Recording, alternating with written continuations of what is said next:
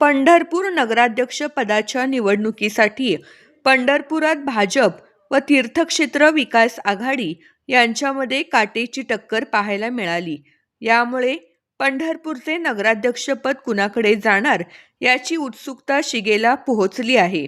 या निवडणुकीत कमळ फुलणार की भालकेंची तीर्थक्षेत्र विकास आघाडी रिक्षा सुसाट सुटणार याकडे केवळ पंढरपूरचे नव्हे तर संपूर्ण जिल्ह्याचे लक्ष लागले आहे.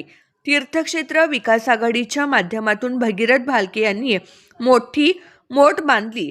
भालकेंना मनसेचे दिलीप धोत्रे आणि विठ्ठल परिवारातील सर्व प्रमुख नेत्यांनी आपली संपूर्ण ताकद दिली. माजी आमदार प्रशांत परिचारक यांच्या नेतृत्वाखालील नगरपालिकेतील अनेक वर्षाच्या वर्चस्वाला भालके यांनी थेट आवाहन दिले. विठ्ठल परिवाराच्या एकत्रित शक्तीमुळे पंढरपुरात भालके यांनी चांगली हवा तयार केली. यांच्यासह विठ्ठल परिवाराच्या या एकत्रित ताकदीला भाजपने अत्यंत जोरकस प्रत्युत्तर दिले. भाजपकडून आमदार समाधान आवताडे आणि माजी आमदार प्रशांत परिचारक यांनी निवडणुकीची धुरा सांभाळली आहे.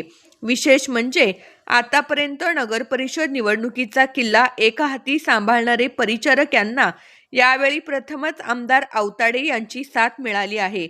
आवताडे यांनी पहिल्यांदाच पंढरपूर नगरपरिषदेच्या प्रचारात सक्रिय सहभाग घेत परिचारकांसह रणनीती आखत किल्ला लढवलाय. या दोन गटातील चुरशीमुळे पंढरपूरकरांना निवडणुकीत चांगलाच राजकीय थरारक अनुभव पाहायला मिळाला.